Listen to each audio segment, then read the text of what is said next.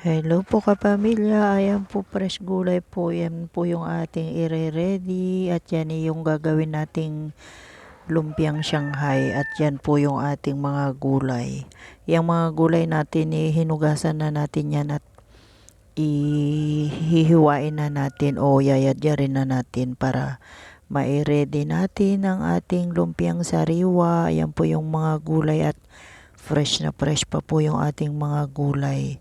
Kaya ayan, magre-ready na naman tayo at mukhang marami-rami itong ating babalutin kasi mga panghanda yan sa bisita ni Madam at yan po kailangan ma-ready na po natin. Ayan po kapamilya, yung fresh gulay at gagawin po natin yan. Mabilis lang po natin gawin ito mga kapamilya at may pangyad-yad tayo. Hindi na natin kailangan maghiwa-hiwa at matagal na proseso pagka hiniwa-hiwa pa natin lahat yan.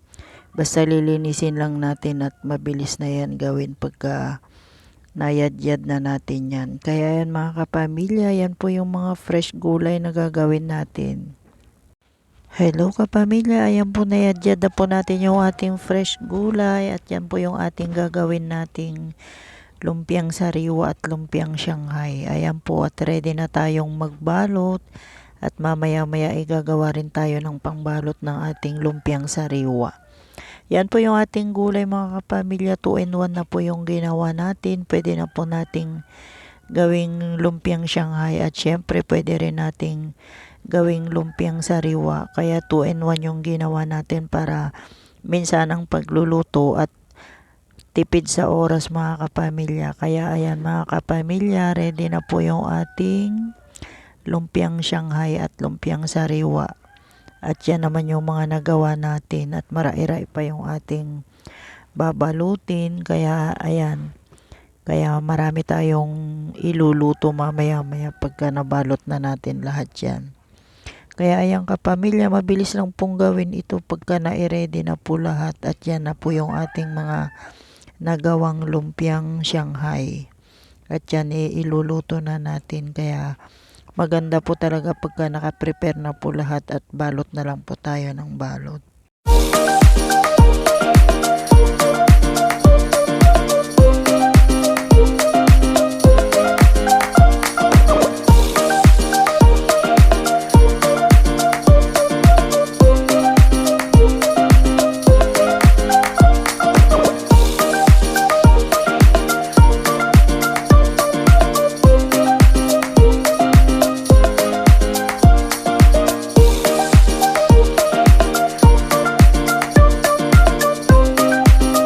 Birthday celebration. Ayan po, birthday po ni Mother sa kayong pamangkin natin na si Kuya Dags. Ayan po, simpleng salo-salo lang kapamilyang ginawa natin para makasama natin yung ating mga pamilya. Kaya ayan kapamilya, kain po tayo at yan tanghalian po yan.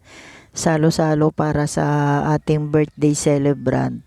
At ayan po, at tingnan nyo naman, enjoy talagang magsikain yung mga kapamilya natin. At tingnan nyo kahit simpleng ulam lang masarap kumain basta sama-sama tayo.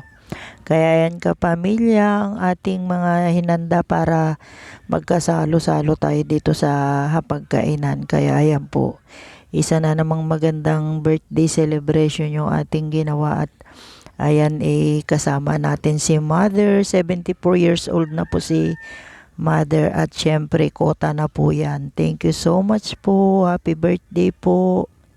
Ayan.